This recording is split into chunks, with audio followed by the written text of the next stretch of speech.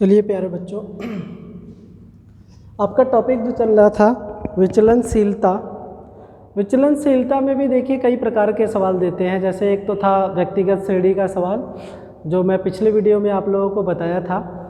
अब जो है आप लोगों से एक सवाल पूछ देता है, कह लीजिए खंडित श्रेणी का।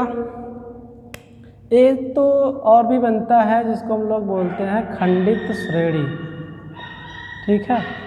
और दूसरा जो बन जाता है उसको बोलते हैं सतत श्रेणी। ये दो प्रकार के सवाल यहाँ और भी बन जाते हैं, जो यूजीसी नेट में भी पूछता है और बीएड के एग्ज़ाम में भी पूछ देता है और बीटीसी में भी पूछ देता है। तो बहुत सारे कंपटीशन एग्ज़ाम में भी यहाँ से सवाल विस्तार से पूछ लिए जाते हैं। हम लोग क्या पढ़ रहे हैं, विस्तार से सवाल कहीं ना कहीं बन जाते हैं, ठीक है।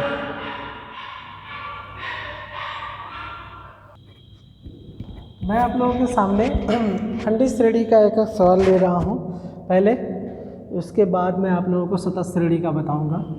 एक एक प्रोसेस से चलते हैं। खंडित श्रेणी में होता क्या है प्यारे बच्चों, यक्स जिसको हम बोल सकते हैं कि प्राप्तांक दिया रहता है आप लोगों के सामने, ठीक, और फ्रीक्वेंसी दिया रहता है। मान लीजिए कि ऐसा दिया हुआ है 85 दिया हुआ है, 65 दिया हुआ है और 68 दिया हुआ है, 55 दिया हुआ है, 69 दिया हुआ है। ये कहीं ना कहीं ये डाटा दिया हुआ है और आपको दिया हुआ है 13795 ऐसा दिया हुआ है, ठीक है। और आपसे पूछ रहा है कि निम्नलिखित आंकड़ों की सहायता से विस्तार को ज्ञात करिए, ठीक है।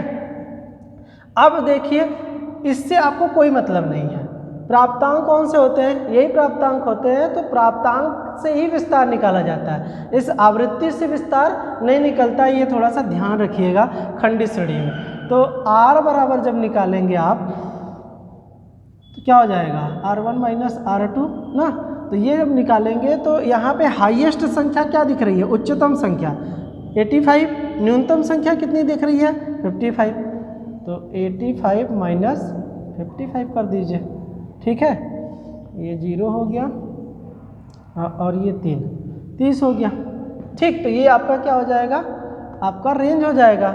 अब यही CR निकाल लेंगे, कोफिशिएंट ऑफ रेंज निकालेंगे। जब C ऑफ रेंज कर देते हैं, नहीं तो CR, ठीक। जब ये निकालेंगे तो क्या हो जाएगा, उच्चतम संख्या माइनस न्यूनतम संख्या बटे उच्चतम संख्या प्लस न्यूनतम संख्या। अब इसको जब करेंगे तो ये क्या हो जाएगा, 85 माइनस 55 बटे 85 प्लस 55। इसको जब कैलकुलेशन करेंगे तो ये 30 हो जाएगा, 5 5 10 हो गया, ठीक है। और 8 5 13 1 14, ठीक। 0 0 इससे कट गया, ठीक। अब भाग देंगे 3 में, क्या करेंगे 14 का भाग देंगे, दे दीजिए 10/30 हो गया, 14 दूना 28, ठीक। फिर कितनी जाएगा 28, 2 बचा, फिर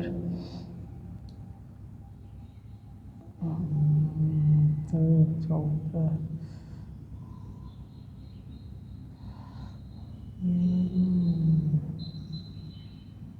ठीक है। एक बार जाएगा ना, एक बार जाएगा, फिर उसके बाद 4 बार जाएगा, फिर एक आध बार और ले जा सकते हैं, तो 3 बार समथिंग चला जाएगा ये। अब इसको प्रतिशत में अगर चेंज करेंगे तो 100 से क्या करना पड़ेगा, गुणा करना पड़ेगा। तो 21.43%, यही हो जाएगा CR, C ऑफ रेंज, ठीक है। तो ऐसे खंडित श्रेणी के भी सवाल विस्तार में कभी कभी पूछ लिए जाते हैं, ठीक बात। तो आप चाहें तो खंडित श्रेणी के सवाल भी इस तरीके से अगर एग्जाम में दिया हुआ है तो कंफ्यूज मत होना बेटा कि फ्रीक्वेंसी को देख करके तो इसी में उच्चतम संख्या न्यूनतम संख्या निकाल करके रेंज निकाल दे। नहीं, प्राप्तांक कौन सा होता है, ये हिंदी में दिया रहता है कि ये प्राप्तांक है ना, ये क्या है, आवृत्ति दिया हुआ है। तो हम किससे निकालेंगे विस्तार, इस प्राप्तांक से निकालेंगे, ठीक है। फ्रीक्वेंसी से हमारा कोई लेना देना नहीं है, बस कंफ्यूज करने के लिए दिया हुआ है खंडित श्रेणी में ना। तो इस प्रकार से निकलेगा। अब फटाफट देखते हैं, उसको भी देख लेते हैं। सतत या कंटिन्यूअस जब दिया रहता है तब विस्तार निकालने के लिए क्या होता है, ठीक है। तो अगर यहाँ पे सतत की बात किया जाए तो उसमें जाहिर सी बात है क्या आएगा, क्लास इंटरवल आ जाएगा ना। जैसे मान लीजिए 0 से 5 दिया है, 5 से आपका 10 दिया है, 10 से आपका 15 दिया है ना, और 15 से 20 दिया हुआ है, 20 से आपका 25 दिया हुआ है।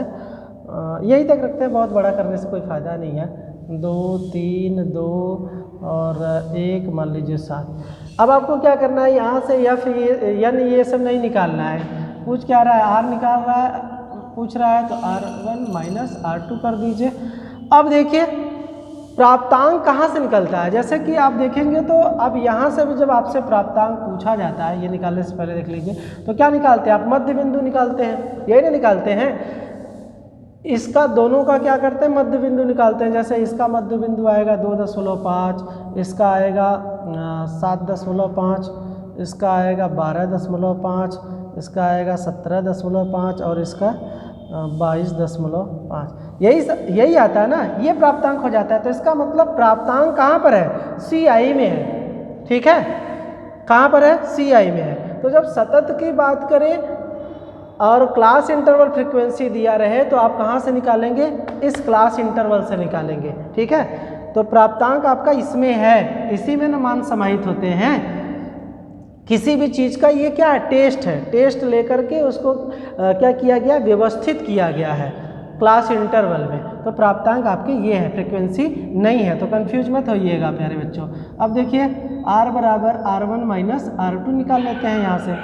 तो अब यहाँ से जो हाईएस्ट बिंदु है आपका क्या है, 25 है, और न्यूनतम संख्या क्या है भाई, 0 है। तो ये कितना आएगा, 25 आ जाएगा। R बराबर कितना आएगा आपका, रेंज आपका 25 आएगा। यही आप CR निकालेंगे, जब कोफिशिएंट आप अगर रेंज निकालते हैं, चलो ऐसे शॉर्टकट लिख देते हैं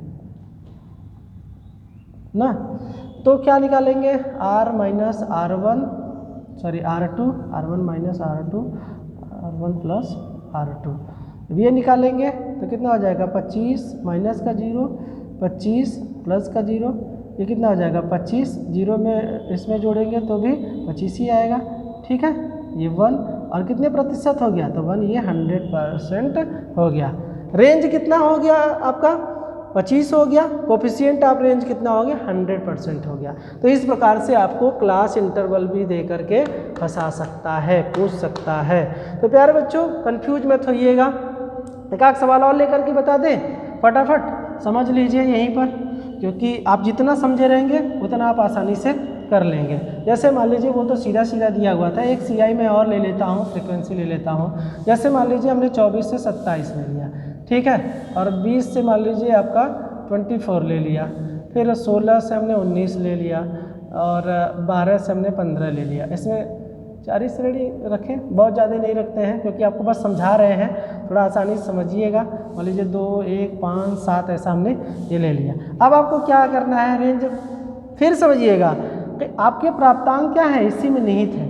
तो आपका रेंज जो होगा वो हाईएस्ट कितना होगा, ये 27 है, माइनस लोएस्ट कितना है, 12 है ना, यही ना। तो अब जब निकालेंगे तो कितना आ जाएगा, 15 आपका रेंज हो जाएगा ना। अब यही CR जब निकालेंगे तो कितना हो जाएगा भाई, 27 माइनस 12, 27 प्लस 12 प्लस का 12 ना, तो ये 15 बटे 7 2 9 3 39।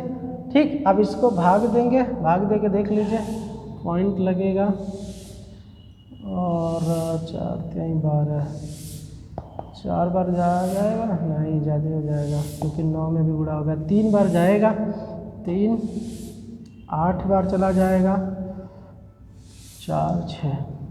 ठीक है, अब इसको परसेंटेज में निकालेंगे तो यही कितना हो जाएगा, 38.46% किसका, CR कोफिशिएंट ऑफ रेंज। ठीक है प्यारे बच्चों, तो क्लास इंटरवल अगर सतत रूप में भी दे, सतत श्रेणी में भी अगर देगा,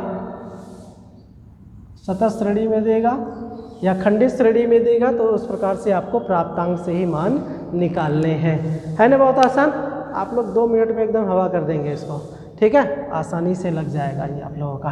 तो आज के लिए इतना ही रखते हैं। अब विस्तार आप लोगों का लगभग टॉपिक समाप्त हो गया है।